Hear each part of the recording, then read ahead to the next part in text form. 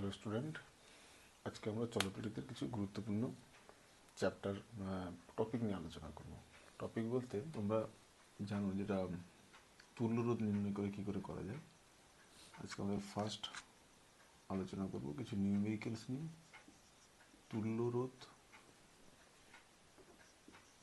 তুল্যরোধ কিভাবে নির্ণয় করা যায়, কিভাবে নির্ণয় করব।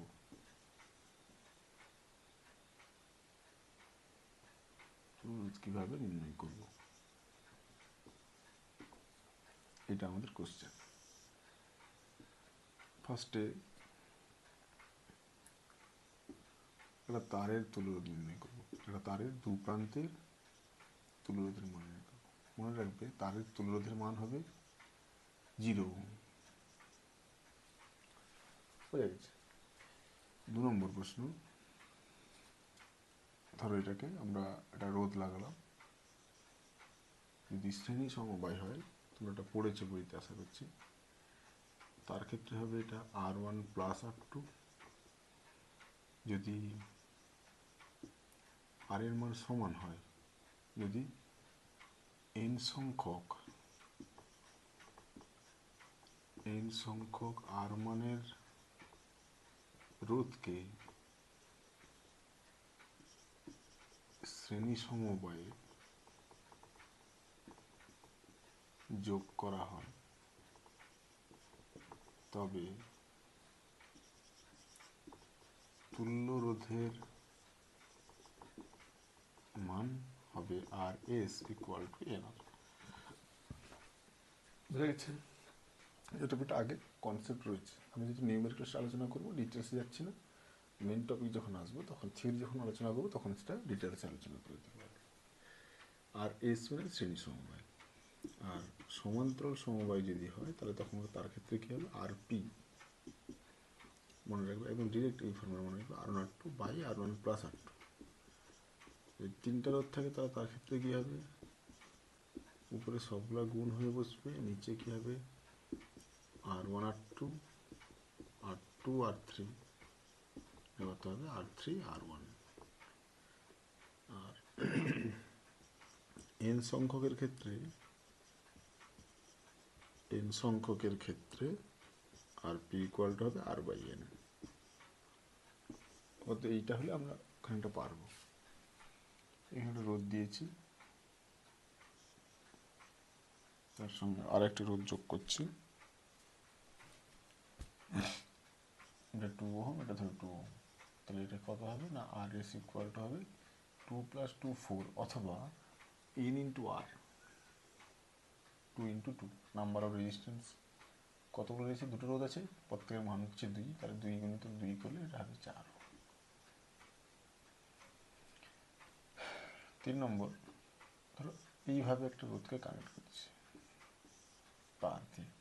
ধরো এটা 4 ওহম আছে, এটা তার দিয়ে কানেক্ট করলাম। বললাম এ ও বি প্রান্তের তুল্যরোধের মান কত, তার কত হবে, এটা আর ইকুয়াল টু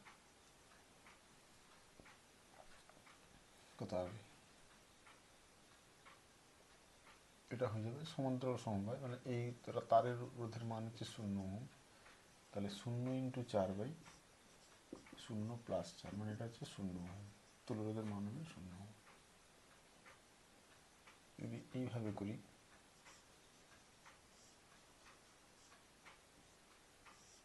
যদি এইভাবে কানেক্ট করি, এটাও 4 ওহম ধরলাম, এটাও ধরো 4 ওহম ধরলাম।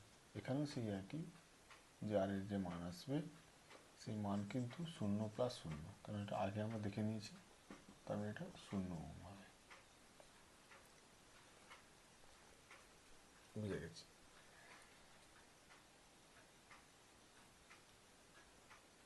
5 নম্বর প্রশ্ন, যারা সমান্তরাল সমবায় দিয়েছে, এটা হচ্ছে সমান্তরাল সমবায়। আশা করছি এটা প্রত্যেকের কাছে ক্লিয়ার হয়েছে। আচ্ছা, তাই তো বুঝে যাচ্ছে আশা করছি। ঠিক আছে,